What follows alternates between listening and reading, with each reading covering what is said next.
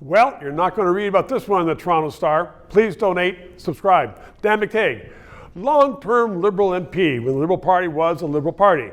Joins me right now because I want to put, and I have this paper to get all these names down. I want to put it to you. Catherine McKenna, new book out.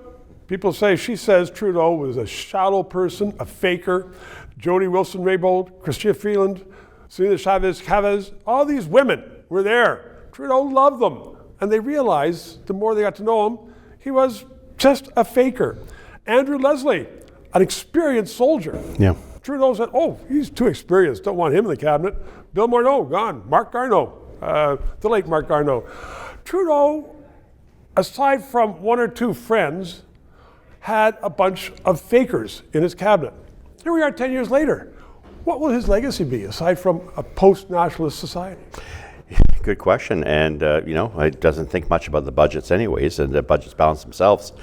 I'm not sure what the legacy would be. I sure as hell know it won't be the same as his father. It'll be diametrically different, and I can say that, we're 6 months past, 7 months past his time. I haven't heard a word from him. I mean, I've seen him here and there, and well, he got 100,000 for a speech in South Korea that someone else wrote. Yeah, groupies will always be out there following him. Doesn't matter, they'll die with the old leader. But the reality is that he didn't accomplish much, except left the country with a lot of debt, left the country more divided, and left the country in a situation where many feel it's gone very much down the wrong path. And I think it's going to take more than just Mark Carney and elbows up and also a nice shiny CV to pull the country back to where it used to be. Do you think that if the Liberal Party had been stronger, if it had been a real party instead of disbanded by Trudeau, where there's no membership, anybody can become part of my movement if you like my socks, do you think that it could have halted the demise of our country?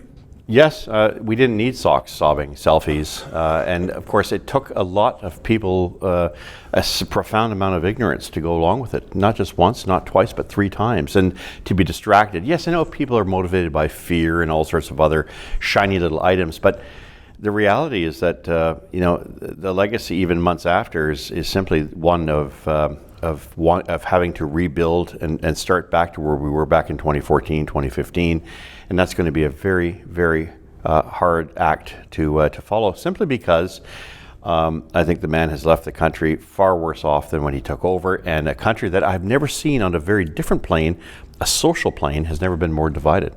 So how did Canadians get sucked in?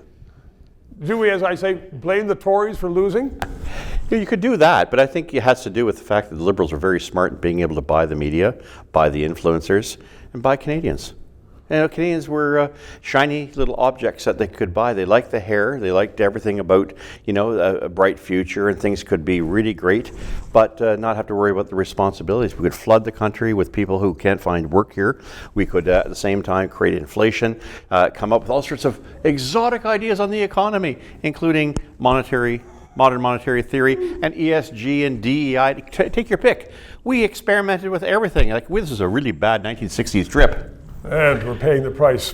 Dan McTeague, you're not full of good news, but you're a good guy. Thanks. Thank you for watching another analysis of the issues that impact Canada.